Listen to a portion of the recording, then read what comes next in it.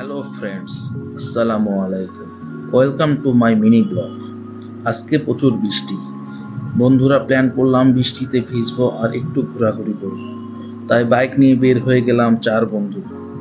ঘুরতে ঘুরতে ভিজতে ভিজতে চলে এলাম বেনিপুরে। শুনেছি এখানকার মিষ্টি নাকি খুবই বিখ্যাত, নামটা দুধসর। এই তো আমরা বেনিপুর বাজারে প্রবেশ করলাম। এটি হলো বেনিপুরের জনপ্রিয় দুধসর মিষ্টি।